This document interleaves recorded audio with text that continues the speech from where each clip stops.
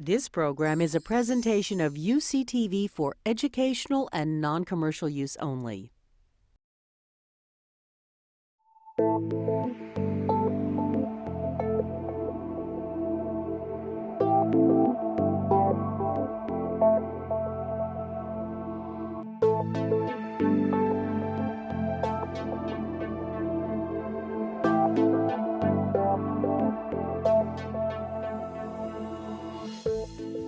It's my pleasure tonight to introduce David Sheff, who was born in Boston, but actually graduated from Cal, and he was just telling me that his son was born here, so we're welcoming him back home tonight. He and his wife, Karen Barber, who is an artist and illustrator and children's book author, live in Marin, where they've raised their children. I actually first encountered David's work in the 90s when I read with immense pleasure and interest his book, Game Over, which is about Nintendo's ruthless campaign to dominate the interactive entertainment industry. The subtitle, How Nintendo Zapped an American Industry, Captured Your Dollars, and Enslaved Your Children, gives you some idea of the immense stakes this particular game was played for. David's account of the personalities and the tactics involved is vivid and as suspenseful as a thriller, especially if you're a computer and gaming geek like me. The New York Times reviewer described it almost as hypnotic as a successful video game. And if you're interested in computing and or games and or narrative in the modern age, you should read this book. It's seminal. It's one of the best things I've read about in the field. David is also the author of China Dawn, an account of the business and cultural revolution in China set off by the internet, and of All We Are Saying, which is a book-length account of the last major interview given by John Lennon along with Yoko Ono. And there's a whole fantastic story about how David interviewed him literally days before he was shot, and then hung on to the 24 hours of tapes, something like that, and then actually released it as a book. And I believe it's just been released as an ebook. So if any of you are ebook readers, you will find it on your Kindle or Nook or whatever it is. He has written for the New York Times Magazine, Wired, Playboy, Fortune, Rolling Stone, Outside, the Los Angeles Times Magazine, Esquire, and Observer Magazine in England, Foreign Literature in Russia, and Playboy in Japan. He also wrote an award-winning documentary about John Steinbeck's The Grapes of Wrath, and a radio special about Harper Lee's To Kill a Mockingbird, both for National Public Radio. He wrote and edited Heart Play, Unfinished Dialogue, which won a Grammy Award nomination for Best Spoken Word Recording of 1984. In 2005, David published an article in the New York Times Magazine about his realization that his son, Nick, once an athletic, sensitive boy interested in literature and theater, had relapsed into using crystal meth.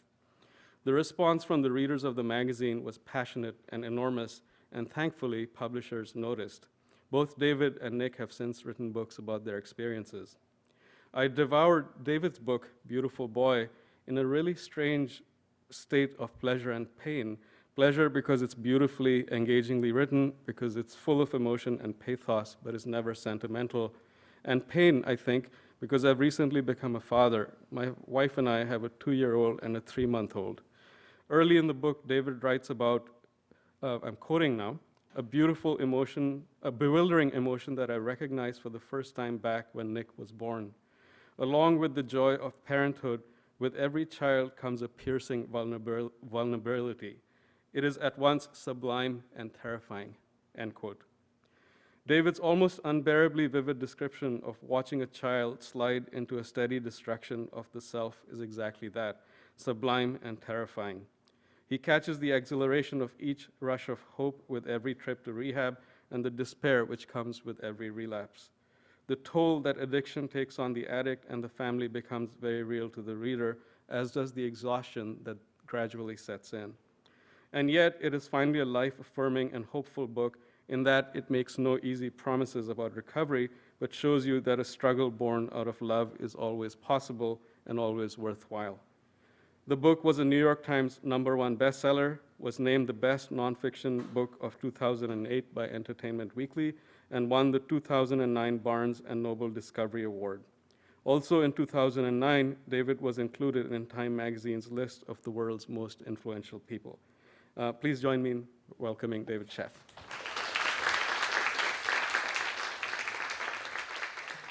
Well, thank you, Vikram. That was so nice. A little overwhelming. The joke about the Time Magazine award is that says that something about being influential in the world, and I have absolutely no influence whatsoever in my family with my children. So to me, it's kind of ironic. I'm here after writing this book about my son, who he went to Berkeley for all of 3 months.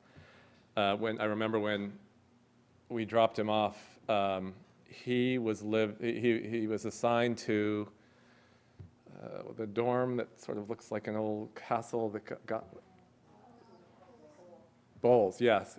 And I remember his younger brother, my younger son Jasper, when we dropped Nick off, was like, "Oh my God, Nick, you get to live in a castle." Nick was all excited, enrolling. He came back after his first week or so talking about his classes. And then a few weeks later, actually I talked to him probably over the first few weeks, but a few weeks after that, I got a call from one of his roommates who said that they hadn't seen him. I guess the guy called the Berkeley security, and they ended up calling the police where we live, and a police officer came to our house. We filed a missing persons report. And that was one of the many times when we were in a situation that every parent dreads but can't imagine until you've been there. When Nick first became addicted and we started to become educated about addiction, the counselors and the therapists and the other people who've been through this talked to us about this being a family disease. And when I heard that, I didn't understand what that meant. I thought, Nick was the one who was addicted and he's the one who needed help. But I very quickly learned that that wasn't true, because his addiction wasn't just destroying him, it was destroying me and our entire family. I couldn't function, I couldn't work. I write about becoming addicted to his addiction. I was out of my mind with worry, in a state of unrelenting, immobilizing panic, and I justified it. I thought, how can a parent not be consumed by a child's life or death struggle? Nick was mainlining drugs. As I wrote in my book, he was shooting poison into his arms that not that long ago threw baseballs and built Lego castles, arms that wrapped around my neck when I carried his sleepy body in from the car at night. How could a parent fail to be consumed with worry when their child's on the streets, homeless, selling drugs, stealing, breaking into our home and our friends' homes, and using every drug known to man, slowly dying? How did it start? And how does it start for any of our kids? I think parents like me are hardwired for denial, and we ignore what's happening in front of our eyes, explaining it away and justifying it and making excuses. I was in denial about Nick's drug use. I thought, and I really genuinely believed, that this could never, ever happen to us, not to my son. He was born in Berkeley at Alta Bates Hospital. Of course, as his father, I'm prejudiced, but he was a lovely child. He was the light of my life. He was joyful and bright-eyed, and he was funny, and he became consumed with fatherhood. We spent a lot of time at on Tilden Park and Cordonesis on the big slide. Nick had his own style. When he started kindergarten, there was a period of time when he would only wear tights. And when the kids would tease him and say only girls wear tights, he responded, Superman wears tights.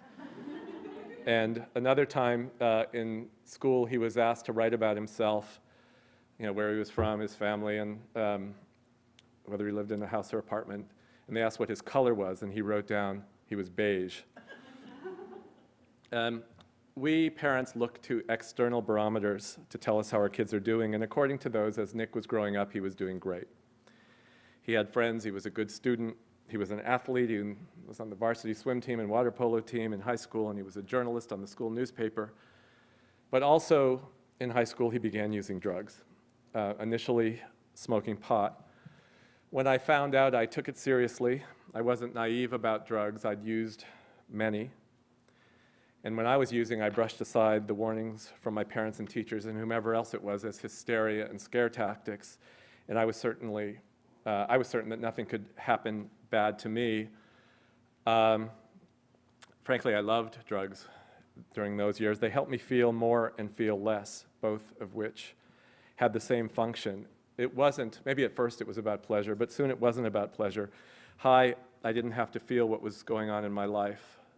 I think many adolescents are like I was, using drugs to push aside or numb out feelings that come with being a teenager. Excitement about growing up. But growing up also can be overwhelming. On one hand, it's parties and friends and looking forward to the future, and at the other hand, there's intense stress, maybe even more stress now at a time when kids are expected to have their college resumes filled out by the time they're 12. So when I got high, originally the stress, all the other insecurities I felt were replaced, at least first, by a sense of euphoria and confidence and connection, all the things that I craved. So I understood the pull to use. I understood the seduction, but I also understood the danger.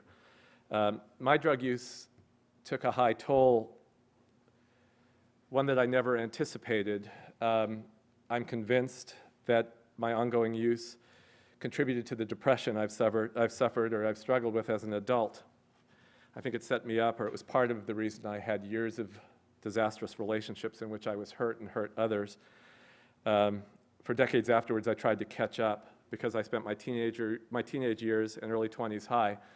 A researcher explained to me, drugs shield children from dealing with reality and mastering developmental tasks crucial to their future. The skills they lacked that left them vulnerable to drug abuse in the first place are the very ones that are stunted by drugs. They'll have difficulty establishing a clear sense of identity, mastering intellectual skills, and learning self-control. The adolescent period is when individuals are supposed to make the transition from childhood to adulthood. Drugs can impair a person so they're unprepared for adult roles. They'll chronologically mature while remaining emotional adolescents. And for a long time, that was me. And it was worse for people I knew. I have friends who burned out, whose lives were destroyed forever, who wound up debilitated in prison, or like my dear friend who lived with me for a year when I lived in Berkeley, overdosed and died. So when I caught Nick with pot, I did what I could. I grounded him, I talked to him, I warned him, I met with his teachers and a counselor, and basically they told me what I wanted to hear. Nick's a great kid, he's engaged, he has friends, drugs are out there, kids experiment, Nick will be fine. But he wasn't. His use escalated, and I continued to deny that we were in trouble, continued to make excuses and to rationalize and he was experimenting, it's a rite of passage, he's getting ready, he told me he was ready to get it, this was before he started here, and he said, I'm starting in the fall, I'm going to be very serious as a student, I'm just going to party a bit, and don't worry, I won't make any mistakes, I'm careful. I believed him because I wanted to, until one night he disappeared. It was the first time, it was incomprehensible. He was supposed to be home at 11, then it was midnight, then it was 2 in the morning, then it was 4. I did what parents do when we don't know where our children are. I imagined horrific scenarios. I called his friends' parents, the police, to see if there'd been an accident. I called hospital emergency rooms. No one had seen him. It continued for a day, a night, another. Where was my son? I made the calls again. I called the ER. I called the police. One time an officer asked me, Mr. Sheff, have you tried the morgue? I did. There was no sign of him. And finally he did call. This was after 2 weeks, and he sounded terrible, and he told me where he was, and I went to get him. He was emaciated and bruised and sallow. He was trembling. When I helped him up, he was so frail that it felt as if he would break in two. My denial vanished. Nick was in serious trouble, and he needed help. I had no idea what kind. And that's when I got my first glimpse into what we call, in America, an addiction and mental health care system. At the time, I was out of my mind with worry. I had to navigate an unnavigable system. I had to make the most important decision of my life without even knowing where to begin. When families are broadsided by addiction. We're unsure where to turn. There's no accepted course to follow. We attempt to consult specialists, but reliable ones are difficult to find. And ones we do find offer contradictory advice. People rely on the recommendations of teachers and friends and clergy and family and friends of friends. I was told to kick him out. Some said kicking him out, letting him fall, letting him hit bottom was the only thing that would help him. I was told to send him to boot camp, outward bound, psychotherapy, wilderness programs, a vitamin therapy regime, hypnotism, a range of rehabs, inpatient, outpatient, therapeutic boarding schools, tough love camps, religious retreats, even a reprogramming center in Czechoslovakia. The more opinions I got, the more bewildered I became. Desperate people are at the mercy of charlatans, rip-off artists, people uneducated in treatment. There are standards and licensing requirements for laundries and coffee shops, but not for rehabs. Anyone can open one. There's no prerequisite of professional degrees or credentials for staff. Some programs promise 90%, even 100% success rates. One program promised to drain drugs from an addict system and end dependency in 7 days for $15,000. Some programs rely on threats and harsh and humiliating punishments. In the book, I described a rehab that had been recommended for Nick. I almost sent him there at one point until at the last minute I learned that a child in the program who'd broken the rules was forced to make amends by working for a day outside in the freezing weather, cutting the grass with scissors. I was trying to decide what to do, and in the meantime, my life didn't stop. I had to try to work and to meet my other responsibilities. I tried, most of all, along with my wife Karen, to take care of our littler children, Jasper and Daisy. Not only were they confused and intensely worried about their big brother, but they were also traumatized because their parents were.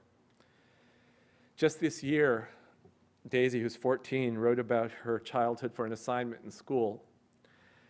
I was born, she wrote, into a latticework of lovely oceans and hunched, shadowed vampires tangled together in an inseparable knot. Most of what I remember about being little is marvelous, with my two wise brothers carrying me upon their shoulders. Of Nick, she writes, he told Jasper and me stories about an English detective named P.J. Fumblebumble, who drinks lots of tea and is exceptionally clever and funny.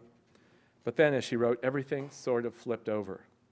Nick was tired and slinking, and then he was gone. My strong pillar parents crumpled. I was overwhelmed and confused, trying to protect them, and in the meantime, trying to find help for Nick. But my efforts failed or became moot because Nick grabbed his backpack, threw in some clothes, and left again. Addiction is a progressive disease, I've learned, which means if it's not being treated, it gets worse.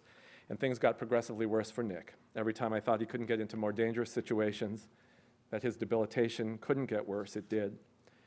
Soon it got to the point when he showed up again that I was adamant and I refused to help him in any other way than to send him to a program. And finally he agreed, kicking and screaming literally. Dropping him off was the hardest thing I'd ever done in my life. This is hell, I thought, but I'll pick him up in 28 days when the program ended and he'll be cured. We move on from the slight detour in his life, in our family's life, and Nick will head off to college as planned. That's not what happened. Sometimes treatment works the first time. Someone stays sober forever, but often it doesn't. Nick ended up in the program in San Francisco. He went into another program. Then he was sober 3 months. Stupidly, I agreed that he wanted to start school here, and he did. And as I said, a few months later, he disappeared again. When he disappeared again and again, I was devastated. In fact, I was devastated for the next 5 years, and it did not get easier over time.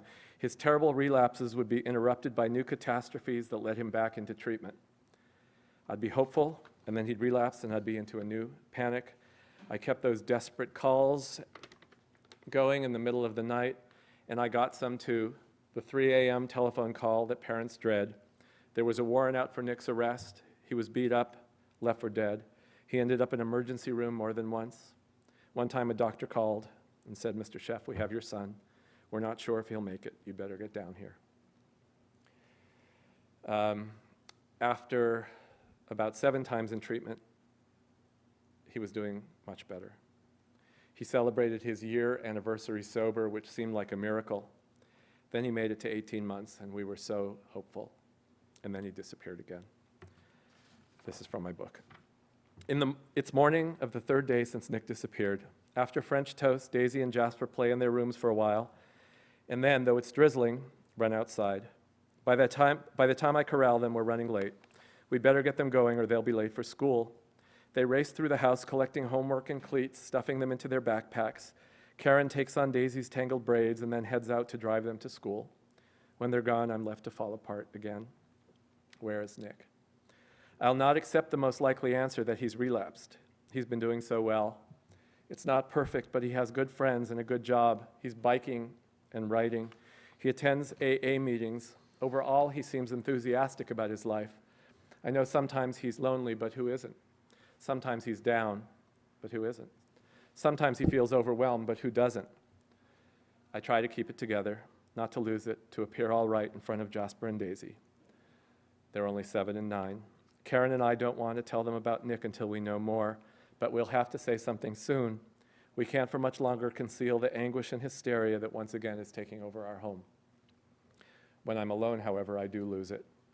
Tears come at unexpected moments, for no obvious reason, and they pour forth with ferocity. They scare the hell out of me. It scares the hell out of me to be so lost and helpless and out of control. Utter despondency is followed by a frantic impulse to do something, to do anything. I know better, but I'm desperate to find him. When Karen hears my plan, she shakes her head.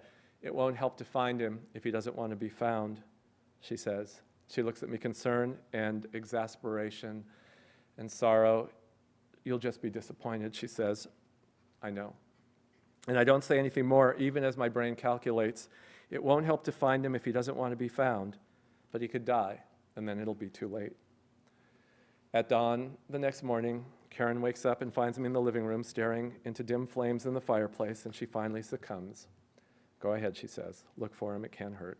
Go on, maybe you'll feel better for trying.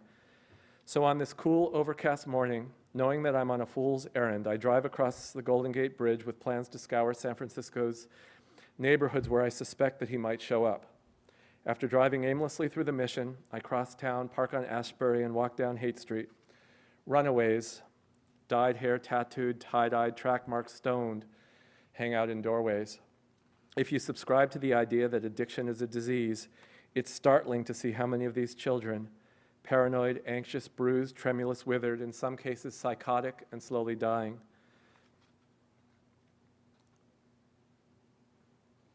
We'd never allow such a scene if these kids had any other disease.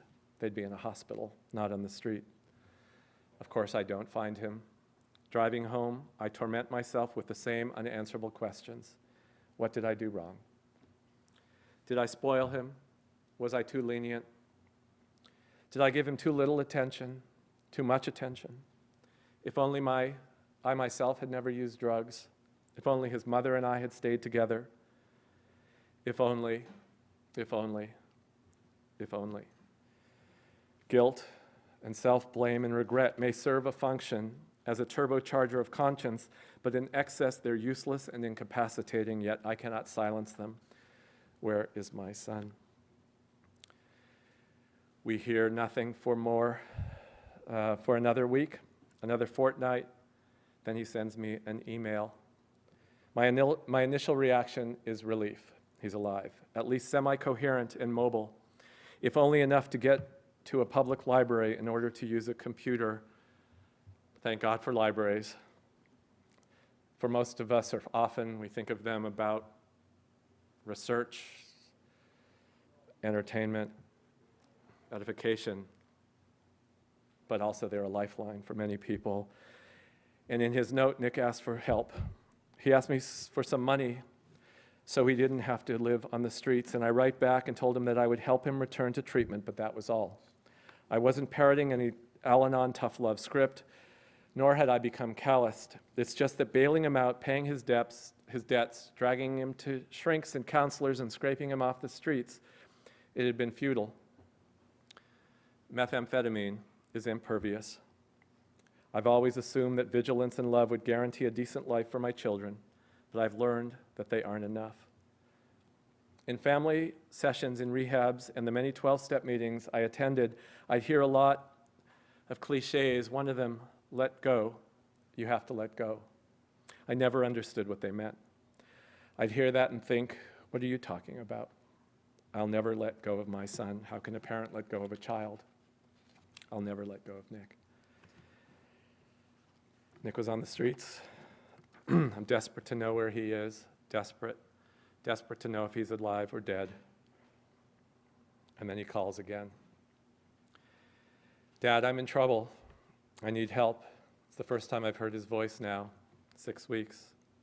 How many times had I gone to get him, to believe him when he said he wanted to stop and would do it on his own? I'd let him come home to sleep it off. I'd trust his promises and believe his remorse. Mostly, I'd be so worried that I'd do anything to return him to safety, even if it was a short-lived respite. But it hadn't worked. I'd learned by then that it wasn't because Nick had no willpower. It wasn't because he didn't. It wasn't because he wanted to stop. It wasn't because he wanted to continue using. He couldn't stop. He couldn't stop because he was ill. He was seriously ill. And when finally I grasped what they'd been telling me, that addiction is a disease, a mental illness, when finally it sunk in, I knew what to do, because we know what to do when we or someone we love is seriously ill. We need to get them into treatment the best we can find and afford. Even if it takes multiple rounds of treatment, we would do whatever we could to get them the help they need. And so when Nick begged me to help him, pled with me, sobbed, against every parental instinct, I said, I'll come get you and help you get back into treatment. I'll come pick you up and drive you there. He was annoyed and angry. I'm not going back, he said. I've been there, done that. Those places don't work for me. I messed up, but I'm going to stop on my own. I took a breath. I said, Nick, I love you so much. Take care of yourself, please. Call me if you'd like getting help and you're willing to go into treatment, and I hung up. That's not what I wanted to do. I wanted to go where he was and find him and hold on to him. Instead, I hung up and I wept. I didn't know what would happen next. I didn't know if he would make it another day, another hour. I didn't know if I would ever see him again. But I did know what they meant when they said I had to let go. I didn't have to let go of my son. I never could, and I never would. But I had to let go of the fantasy, the illusion, the desperate need of a father to be able to decide for my son if he was going to use or stop. I had to let go of the fantasy that I could decide for him if he was going to choose to live or to die. It's been about 5 years since then. Nick was here. We spent a week together visiting. When we're together, when I look at him, when we talk on the phone, when I get a funny text message from him, I never for a minute forget how close I came to losing him. I'm reminded almost every day when I hear from a parent or brother or sister or husband or partner or wife, whoever it is, who tells me that their loved one didn't make it. You have no idea how many. 3 this week. Or maybe they haven't seen their son or daughter in months or years, and they have no idea whether they're alive or dead. When I meet these brave, brave people, I repeatedly ask myself, why is Nick here and these families had to bury their child? Like with every other serious, potentially terminal illness, with this one, sometimes people die. There's no reason other than luck that I have my son. As bad as things got for us, we were the lucky ones. Every day since my book was published, I hear from people, I get letters, I get emails. Their lives have been destroyed or nearly destroyed by drugs, and the stories often include, again, as bad as things got for us, and I couldn't imagine that they would get worse, they do. A man that called me last night told me that his son is in Alta Bates, unconscious on life support. He drank a bottle of Robitussin DMX and took some pills, didn't know what they were, and he's in a coma. I hear tragic story after tragic story, but I also hear stories that are hopeful. People in recovery, celebrating days, weeks, months, years sober. For these people, often it's not only that they survive, but their lives are better than they've ever been. They discover something that was probably unimaginable, that they no longer have to suffer in the ways they've suffered. Life for everyone is difficult with ups and downs, but treatment allows the afflicted to move forward and have full, rewarding, and wonderful lives, better than they ever thought possible, with healthy relationships and joy. And it's not only addicts who can heal. So can people who've been traumatized by a loved one's illness. It takes time and it takes hard work. But after time and hard work, our family is stronger than ever. And because of Nick's hard work in recovery, I have my son back. And it's not only that he's back, he's growing up to be one of the most extraordinary people I know. I think our whole family now lives in a slightly altered world, one that contains sadness and worry, but is also slightly brighter, richer, and more vivid than it ever has been. Sometimes it's so stunning and so wonderful that I well up for tears for it, and I embrace it all. On one hand, the uncertain future, the possibility of calamity, the chance that my children will be harmed, car accidents, illnesses, the chance that Nick could relapse, a million other catastrophes. And on the other hand, compassion, hope, joy, and love. I would love to answer any questions you have or hear anything you have to say about this. The one thing I will say is that Nick now is, there was a time when I count not only the years, but and not only the months, but the weeks or the days or even the hours of his sobriety, but he's been sober for about 5 years. And he doesn't claim that life is easy, as I was saying. Since I wrote my book and since he wrote a book reflecting his own experience, he was diagnosed with bipolar disorder. Doctors have told us that people with bipolar disorder, especially teenagers, often gravitate specifically to methamphetamine because methamphetamine is in the same family of some of the drugs that actually treat bipolar disorder. If Nick had been diagnosed when he was younger, who knows, would it have stopped things from descending as far as they did? Now he works with a psychiatrist, he's on medication, and we look back at those times and it's sort of like, on one hand, it's never far from my emotional state, ever. On the other hand, it almost seems as if it happened to someone else. It's so hard to realize that we were there and that Nick was where he was. Anyway, does anyone have any questions? Yes, sir. You mentioned that laundromats and someone else are regulated, require certification of any kind. Rehab programs don't.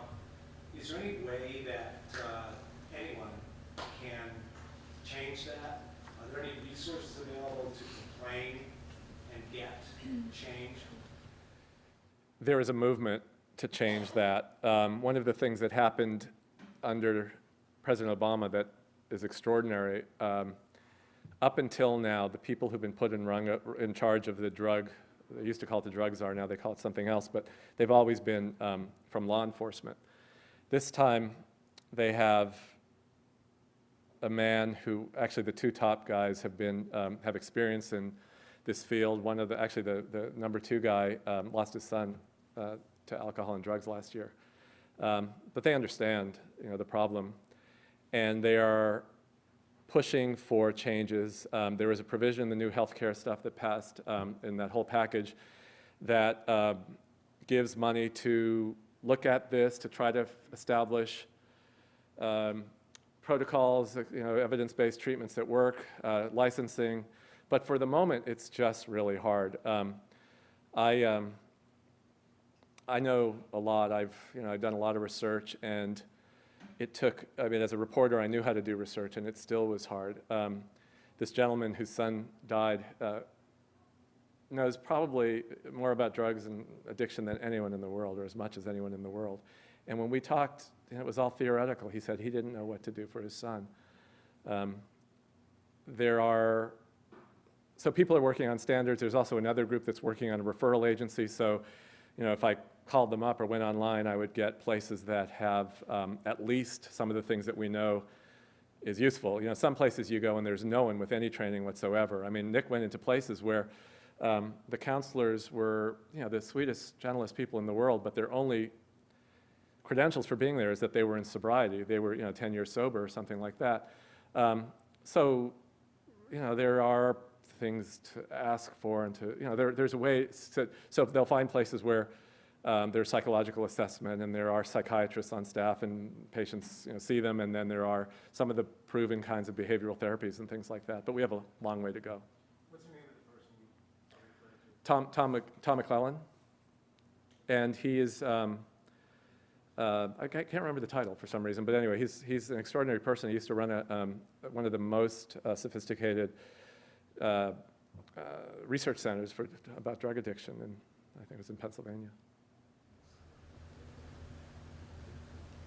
What do you think about the history of drugs and our generation as kids compared to your generation, or even 30s and 40s, and the pharmaceutical industry and how that really changed everything? Well,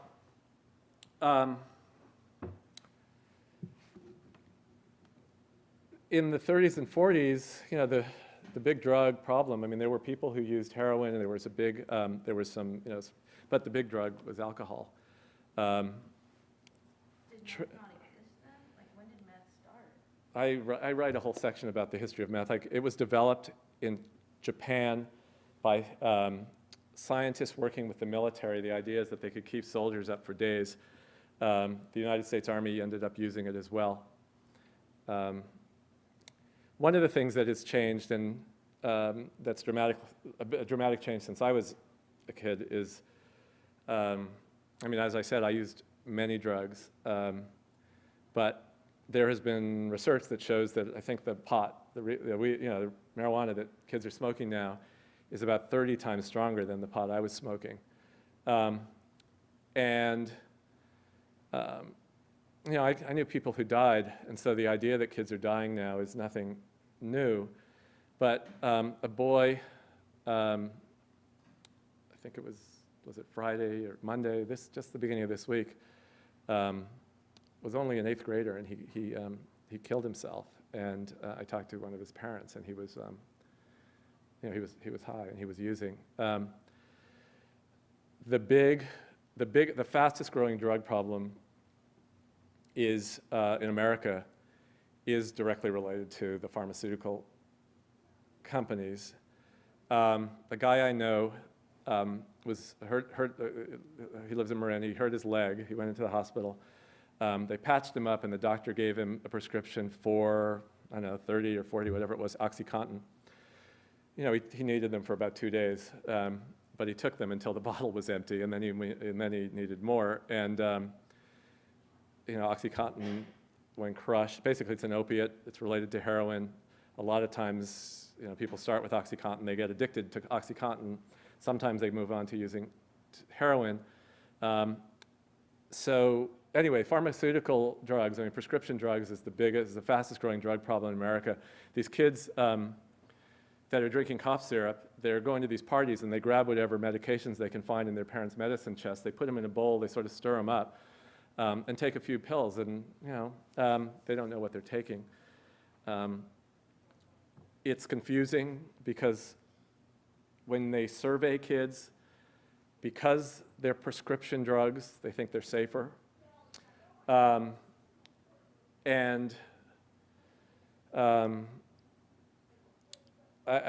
don't know what else to say. It's the numbers, the combinations of drugs, the potency of the drugs. It's worse than I've got a section in a new book that I'm writing that really tracks all this stuff. And if you look at some of the official statistics that have come out in the past, they're always talking about how successful the war on drugs is. Things are either plateaued or else we're winning. The drug use is going down. But those are surveys that have been completely discredited by the people in the field that I've spoken to. They're done by polls and calling people up, and people aren't going to tell you if they're shooting meth or probably. Anyway, the real statistics is that it's growing, and I wonder about, part of it is I think that the availability, but I do think that there may be something else about just escalating stress and escalating alienation and the problems with families. The economy puts more stress on families and on kids. You can predict, or at least I can't predict, but researchers can predict a child who's more likely to try drugs in the first place, to use them, to have escalating problems than to become addicted. And the risk factors are, some of them are completely out of anyone's control. Genetics is a big risk factor. Other risk factors are divorce, other kinds of trauma, stress, abuse, and poverty, education level. I mean, a lot of the things, and you start to push these things together, put these things together, I guess the point is it's not new, but I think there's more reason for people to use, and they are using more drugs, stronger drugs, more combinations of drugs younger. Given your experience now, looking back, has your attitude towards drug policy and possibly legalization changed, knowing what you know now? And what's your opinion on legalizing marijuana? I've really been confused about legalizing marijuana. I think that I actually, I support it, but I feel I'm very ambivalent about it. And the reason is, the reason I support it is because I feel that, there's an enormous amount of crime around drugs. Right now, I've gone to treatment centers where kids, adolescent treatment centers where most of the kids are there because of only marijuana. People think you can't get addicted to pot. Well, you can. These kids are there. You don't go to rehab unless you're really, really having trouble. Your life is really messed up. So you can get addicted to marijuana. But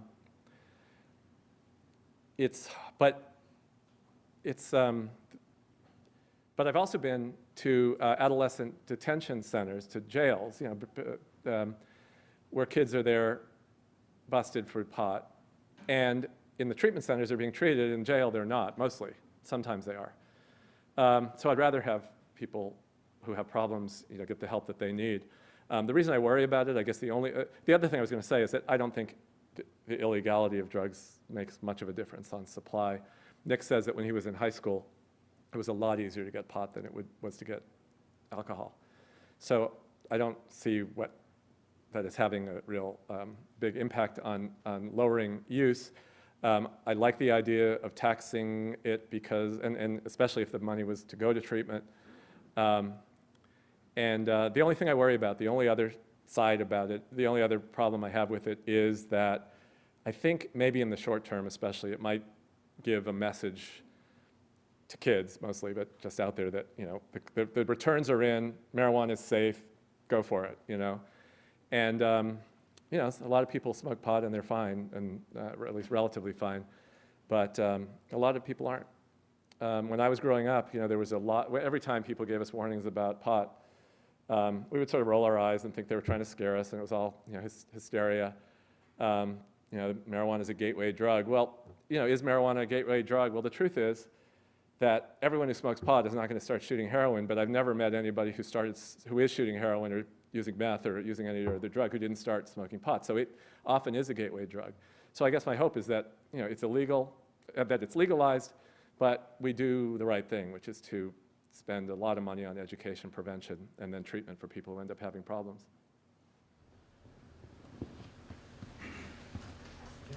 I wonder how you made the decision to share this story and how, I imagine you discussed it with your family. Well, I'm a writer, and one of the ways I survived those 5 years was I was up at 2 or 3 o'clock in the morning, and the way to get through the night for me oftentimes was just sitting there and writing and writing and writing and writing and writing. without any intention of publishing anything. It was just a way to survive. It was a way, I think, always that it's almost as if there's something physically inside my head, and writing is, you probably know, it sort of pours out, and there's some relief.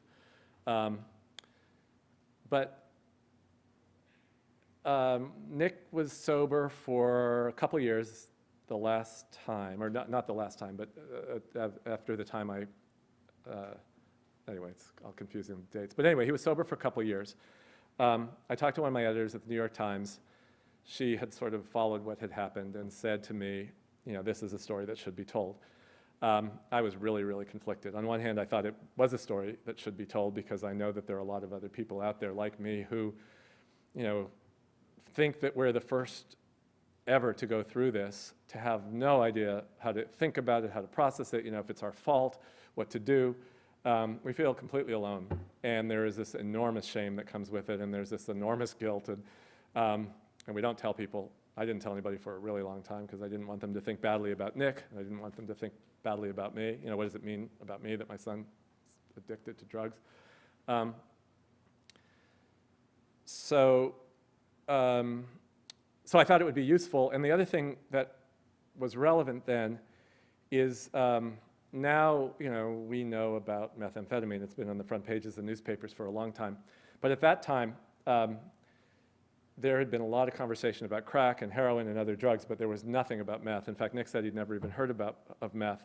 It was a drug that was mostly in rural America, and sort of motorcycle gangs made it and stuff like that. But it wasn't something that our kids, sort of were taking. And Nick, was always sort of on the cutting edge of whatever was coming along, Nintendo when he was little. And he was on the cutting edge of using meth. And so I did a lot of research about meth in particular and the specific toxicity of that drug. I mean, it is, research has told me that the hardest drug to recover from, it does the most damage to the neurological system, is methamphetamine and crack. So anyway, so there seemed to be an important story there too, but I was also really afraid about exposing our family and exposing Nick most of all. And so it was only, through a lot of conversations. And even when we decided, everybody was very supportive. Nick was supportive from the beginning. They have this cliche, another cliche from the 12 steps, or you're as sick as your secrets. And Nick really embraced that, the idea that, the more you're holding inside and pretending you're someone who you aren't, the more in trouble you are, and the more drugs, sort of can offer a solution. So he really obviously he wrote a book about it. He came out, he made the decision very, very early that it was important for his recovery never to forget that this happened to him, and he also thought, it was useful, and it has been useful. I've heard from so many people who tell me either their children, or they themselves, or their students, if it's a teacher, have read Nick's book and gone into recovery because of it. But I still was worried, and I'd still spend a lot of sleepless nights, and I insisted that everyone in my family read the drafts of the article before it was published. My editors were very, very, very sympathetic, and even if it would have been the last second before it closed, if I would have called them up and said, asked them not to publish it, they wouldn't have. And then the book was an extension of that, the same kinds of conversations. I drove my editor crazy. There were many times when I called him up and said, forget it, we can't do it. I just can't do it. So anyway. Yes. As an author, do you feel like you and your son's books help to address a deficiency in narrative literature dealing with the subject, or do you feel like it may be falling under an established tradition that it may help to continue? I'm thinking of books like Go Ask Alice and pre-existing works. Do you feel like Beautiful Boy is sort of an heir to something in that nature? Yeah, there are a lot of really good books about addiction and alcoholism and recovery. Go Ask Alice is a really good book. And I guess, one of the interesting things is when you experience this and you read those books is you realize that all stories about addiction have some things in common, and yet everyone is very, very unique because every person is unique and every family is unique.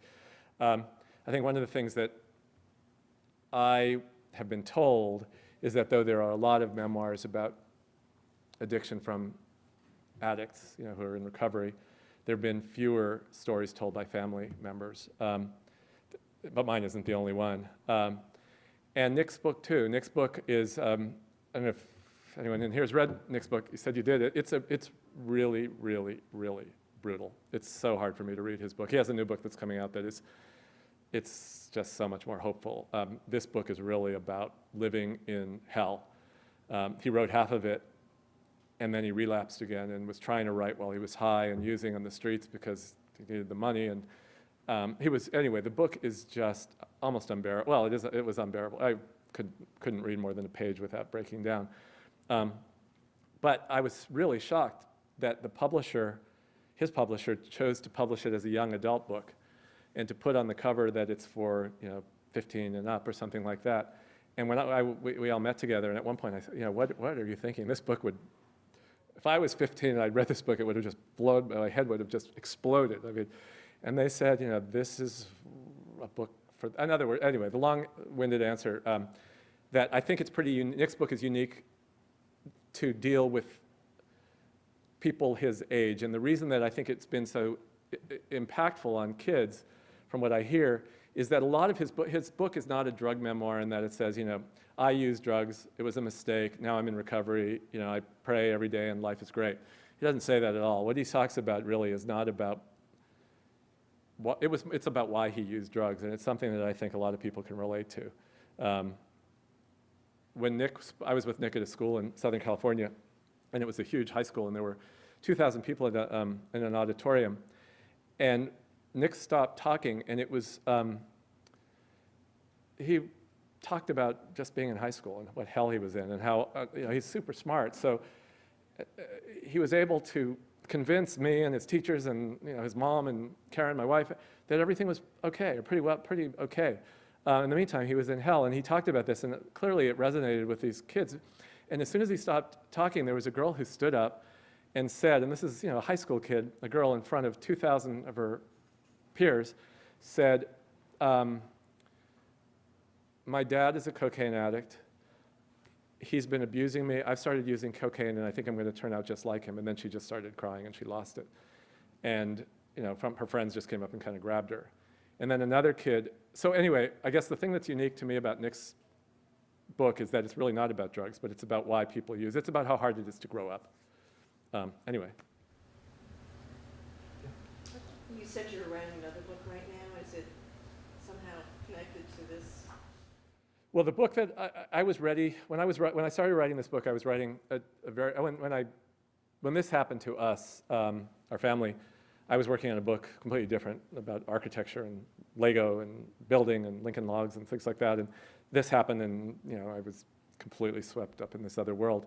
And my plan was to go back and to finish that book. But really, because of the experience, our experience, but even more the people I've met, and sort of what you're describing, this sort of chaotic, unregulated, really disastrous system out there, I decided to put this other book on hold again and to try to go back and to try to figure out sort of what we know about drug use and addiction, what we don't know, what we know about treatment, and what we don't know, at least so that we can start with some knowledge. And so I'm trying to gather information from researchers and from the experience of a lot of different people, and to try to figure it. It's really hard because it's confusing. There's more that we don't know than that we know. A follow-up to that, with that answer, you were saying that America is woefully behind the times in addressing this disease, but I wondered if there were other countries in this world that are ahead of us and have raised the hopes for types of treatment that would address the specific methamphetamine. Most other countries are in worse shape than we are. Many of them are. One of the good things about some countries is that their healthcare system pays for treatment of addicts. In our system, it depends on your insurance, and if you don't have insurance, obviously you're really in trouble. A woman in Pennsylvania again got her daughter into a program finally. Her daughter was suicidal on heroin and pills. Got her into a program, and of course that was just hell. Checked her in. She was approved for the initial stay, which I think was a 44-day thing. She got a call after a week from the program director or whatever, and was told that the insurance had been reversed, They weren't going to pay. She had to come get her daughter, and she, what do you mean? She can't come home. I'm sorry. So she went and got her daughter, brought her home, spent the night on the phone trying to find another place for her, went in to wake up her daughter in the morning. Her daughter was gone. She'd snuck out, and she overdosed and died.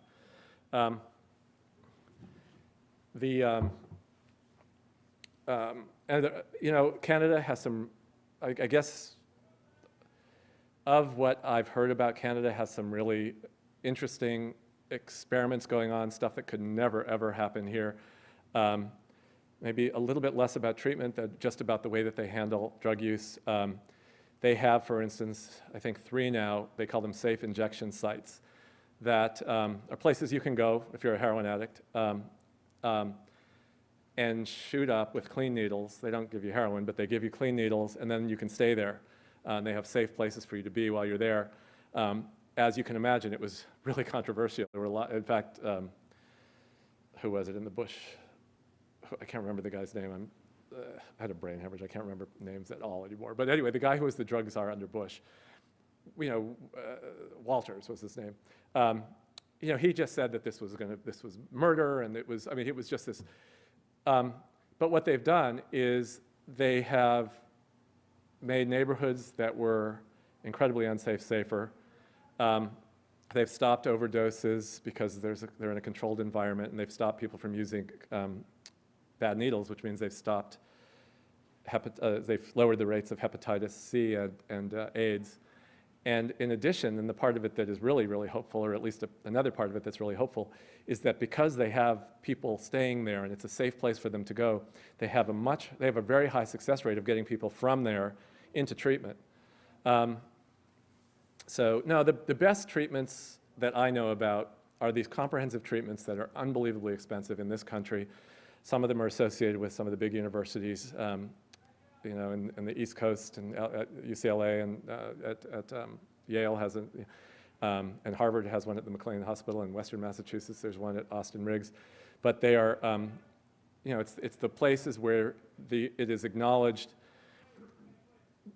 Depending on the research, I've heard people tell me that 70%, up to, I've heard somebody tell me 90% of people who ended up being addicts have another serious illness. They have depression or bipolar disorder or schizophrenia or borderline personality disorder, whatever it is. And so a lot of times you send people into rehab and they detox them, and then they start to teach them 12 steps about, you're powerless, you have to turn your life over to a higher power. In the meantime, they're not on drugs, and so whatever else is contained in their body is coming out, and they're 9 out of 10 people who go to treatment relapse. In these hospitals that are more traditional hospitals, there's a recognition of the comorbidity factor, addiction with whatever else it is, and they have the doctors who know how to diagnose and treat these things. So, do we have a little more time, or? I think one last question. Okay. What's the title of your son's book? Nick's book is called Tweak, and he's got a new book that, as I said, is it's a lot more hopeful. It's his next book after this one is sort of part 2, and it's called We All Fall Down, and it's a memoir. And his next one is going to be, he's writing a movie about zombies in rehab or something like that. So anyway, well, thank you so much for having me here. It's a great place to be.